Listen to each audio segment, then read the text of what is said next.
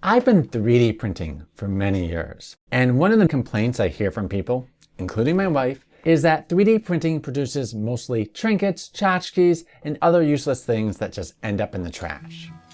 As a fan of 3D printing, my gut response is, no, that's not true at all. However, there is a large truth to that. This is especially true a decade ago when 3D printing first came to the consumer market. Times have changed, and I want to prove these doubters wrong. That's why I'm starting the There's a 3D Print for That challenge. Okay, the name is really a work in progress, but here's the goal. I want to solve everyday problems with 3D printing. I recognize the term everyday problems is very subjective, so I need some rules. Okay, really, some guidelines to help me stay focused. First, the 3D print has to solve a real problem around the house. And I have to design the idea myself, so no downloading other people's designs. However, they can be used for inspiration. And last but not least, the design has to hold up over time, because if it just immediately falls apart after one use, I'm proving the doubters correct. So it needs to be reasonably durable. I'm sure I will have to add other guidelines as I progress through this challenge over the months, but this is a good start. After coming up with this challenge, my first problem fell into my lap, ironically from my wife. As the title of this video says, I saved Mother's Day with 3D printing. Okay, maybe that's a little dramatic, but let me tell you the story.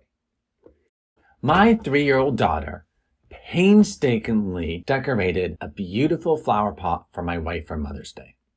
She did this at school, and she even planted a live flower in it, and it was all beautifully wrapped up. She even told me when she brought it home to be careful so the flower doesn't break when I'm carrying it.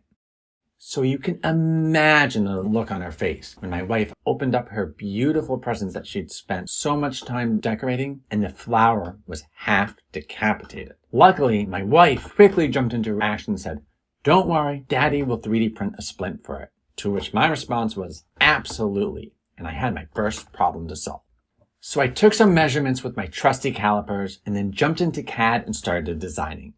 And what I really like about this design actually is it's so simple and so easy to do that it took me around 10 minutes to design. Around 30 minutes after that, I had a physical 3D print of it that I could try. Usually when I 3D print something, my first version never works. However, this idea was simple enough that lo and behold, my first version worked, my daughter was happy, and my wife was happy, which made, of course, me happy. So that's the story of how I used 3D printing to save Mother's Day. But that's just the beginning of the There's a 3D Print for That challenge. I have other ideas in the works, but I'd love to hear your ideas. What problems you think I should solve? Or 3D prints you've designed that solve everyday problems. I will be posting all my STLs for this 3D printing challenge on the website, and you can find the link in the description below. And feel free to download these designs, adapt them, and change them to your heart's content. Until next time, take the time to learn and create every day.